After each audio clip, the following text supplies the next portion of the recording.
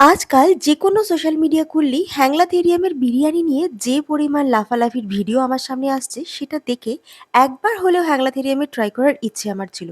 যদিও ভেবেছিলাম পুজোর সময় যাব, কিন্তু পুজোর সময় আর আমার এক্সপেরিমেন্ট করতে ইচ্ছে হয়নি। তাই একদিন একটা ফাঁকা দিন দেখেই আমি হ্যাংলা থেরিয়ামের ট্রাই করতে গেছিলাম। গিয়ে অ্যাজ ইউজুয়াল ওদের মাটন বিরিয়ানিটাকেই অর্ডার করি, কারণ এত লাফালাফি তো ওদের বিরিয়ানিটাকেই নিয়ে। অবশ্য শুধু বিরিয়ানি নয়, তার সাথে অর্ডার দিয়েছিলাম এই প্লেন রায়তা আর তার সাথে এই মাটন বিরিয়ানি আর মাটন কষার কম্বোটা। জেনারেলি বিরিয়ানি খেতে গেলে কি হয়, মাটন বা চিকেনের পিসটা রাইসের ভেতর থেকে বের করার পর সে এক স্বর্গীয় অনুভূতি। কিন্তু এক্ষেত্রে আমার অনুভূতিতে দূরে থাক, মাটনে একটা কামড় দিতেই বুঝলাম মাটনটা পুরো ঠান্ডা। আমার পুরো এক্সপেকটেশনটা ওখানেই হার্ট হয়ে গেছে।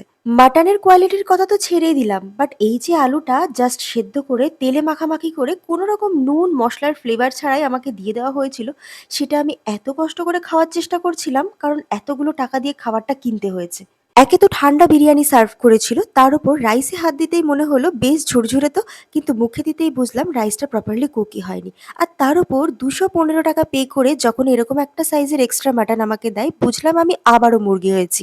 জেনারেলি কোথাও গিয়ে আমাদের খাবার নষ্ট করতে একদমই ভালো লাগে না, আর আমরা সেটা করিও না, কিন্তু এক্ষেত্রে আমরা অনেক চেষ্টা করেও বাকিটুকু খাবার শেষ করতে পারিনি। আমি তো একবার ট্রাই করতে গিয়ে এতগুলো টাকা নষ্ট করেই ফেলেছি। তবে আমার একটাই প্রশ্ন, যেখানে বিরিয়ানিটাকে প্রমোট করার জন্য এত লাফালাফি করা হয়, সেখানের বিরিয়ানির অবস্থা এরকম খারাপ কেন? আর সবশেষে একটাই সাজেশন, 500 টাকা দিয়ে প্লিজ কেউ ওদের এই বিরিয়ানি কম্বো থালিটা ট্রাই করতে যেও না।